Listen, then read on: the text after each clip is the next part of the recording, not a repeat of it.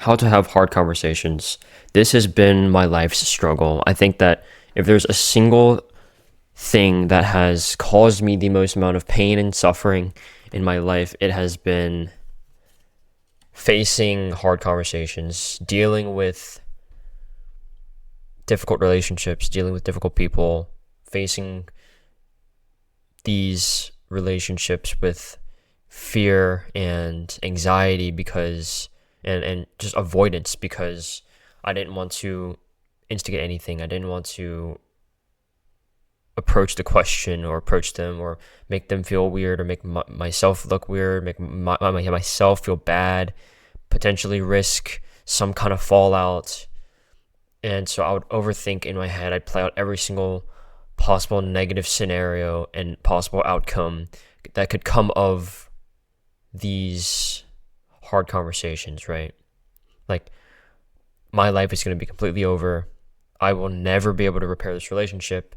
I'll lose them forever, or they will basically just shun me forever. And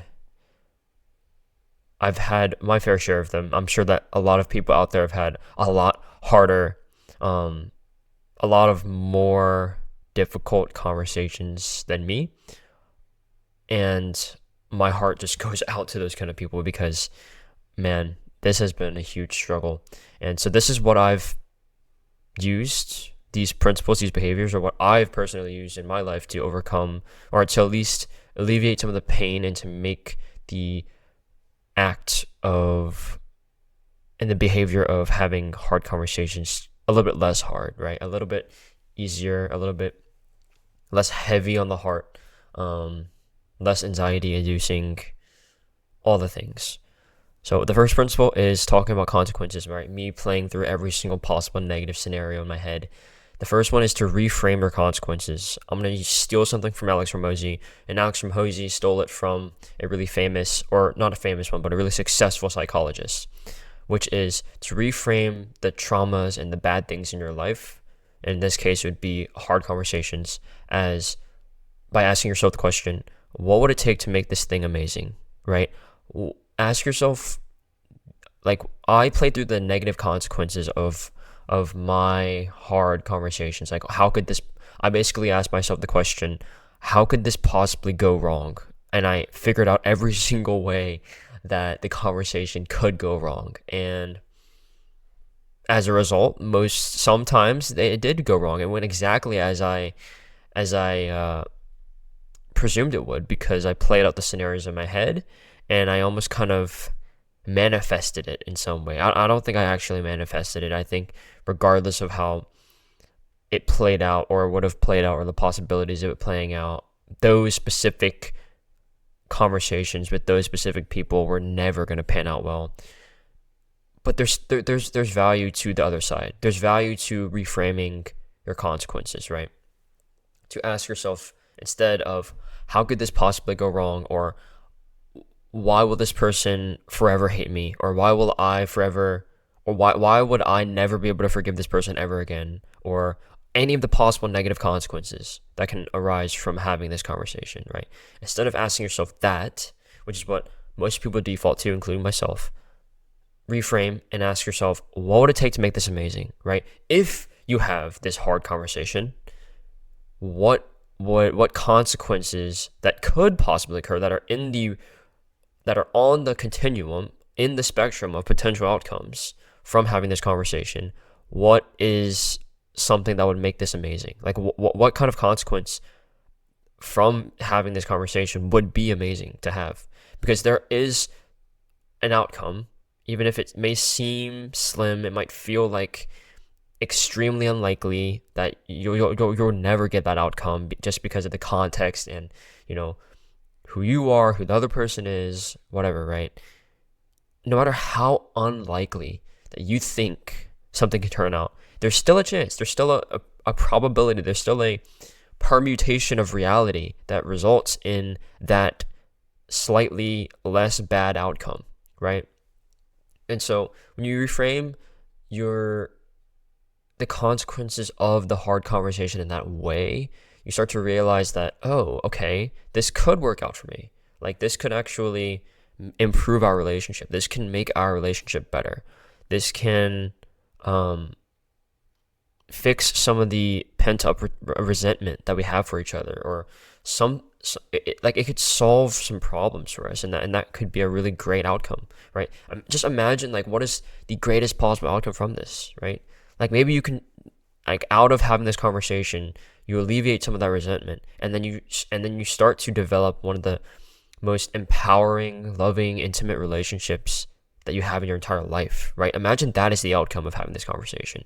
But you would risk not having that potential outcome by not having the conversation. So essentially what that means is, if you avoid the hard conversation, then the resentment or whatever negative thing that you need to overcome, like the problem, like the reason behind having the hard conversation in the first place, that will continue to either fester if you choose to ignore and avoid the conversation.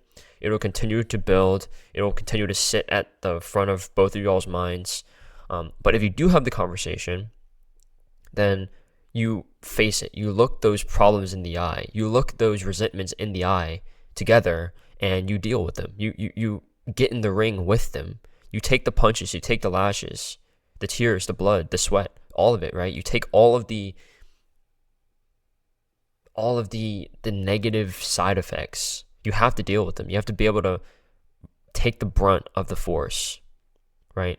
And then the other negative outcome of avoiding is that you lose out on the potential upside, right? Think about what would make this thing great. You miss out on the potential for this conversation to actually change your life and make and build a really, really powerful relationship.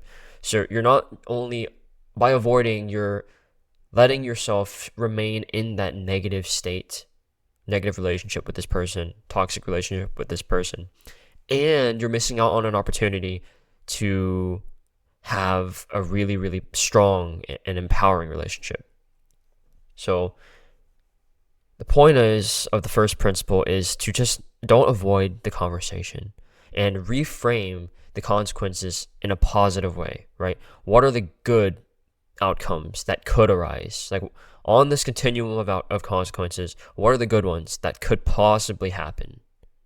And that just makes the experience less anxiety inducing, because there is a world where there is a negative outcome, but at the same time you can see the other side, right? You can realize that, okay, there is a negative outcome here. There are negative consequences and side effects of me doing this conversation, but at the same time, there's a side of this story that is beneficial. It's positive. It actually improves our relationship, right?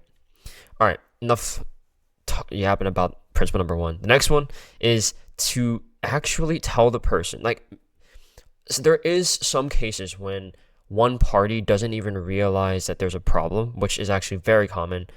Just like, communication things, confusion, miscommunication, whatever, right? Things happen and things don't get communicated, feelings don't get felt or received.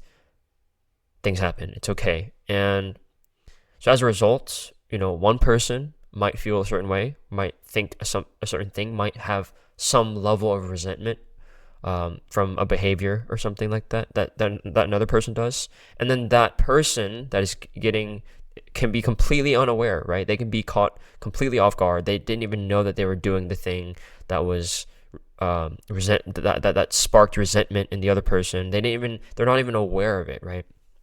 And so the first step to having a hard conversation is to actually call it out, to call out the underlying motivation for the hard conversation to the person, right? To the other party. Because when you're able to both be aware of what the problem is, then you can know for certain whether it's mutual or whether one person just had no idea that the other person felt that way or thought that. And that can easily alleviate a lot of pain in it, like within a snap of a finger, right?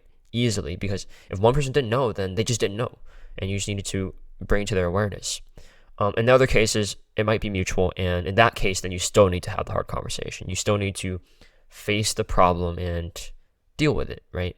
And see the potential positive upside of having the conversation. Because once you make them aware of it, then you confirm the fact that they either know or didn't know, or were aware or were not aware of the thing that you're struggling with. And the final principle is to actually have it, right? That might seem very obvious, but this is the principle that I needed to be told, that I myself needed to be the person that instigated the conversation, because there's some psychological principle. What was it? It was like whenever somebody has a heart attack,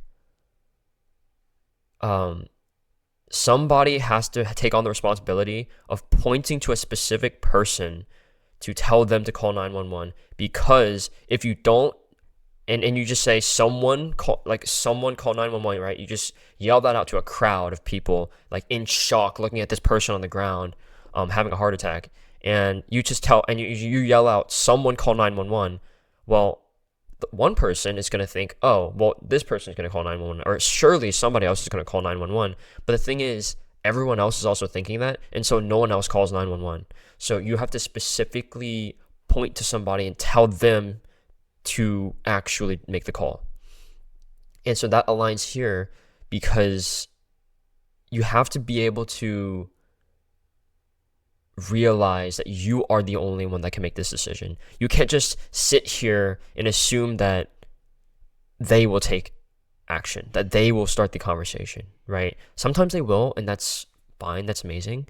But you can't rely on that. You can't just sit and, just like let your ego make the best of you and just like think, oh yeah, surely they will be the one to start this conversation because I'm in the right here. They need to be the one that starts the conversation because they're in the wrong. And it's like you just put yourself into this cycle of, it's a really, really toxic negative cycle, and you don't want to put yourself into that. So be the one to look the problem in the eye and actually have the conversation.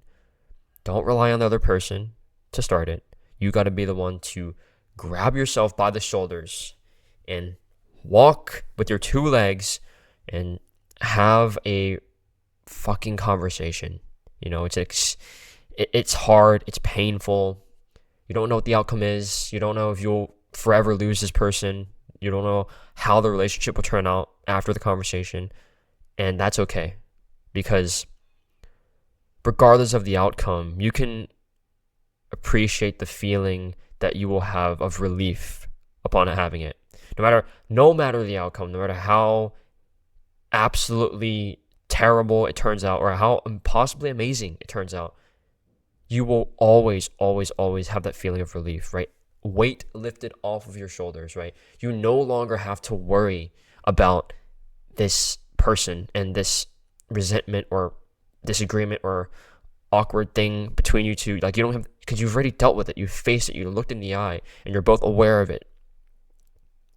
And no matter the outcome, you will come out on the other end a little bit less stressed, a little bit less anxious, because you've dealt with it, right? And now you can face the consequences, whether they're good or bad.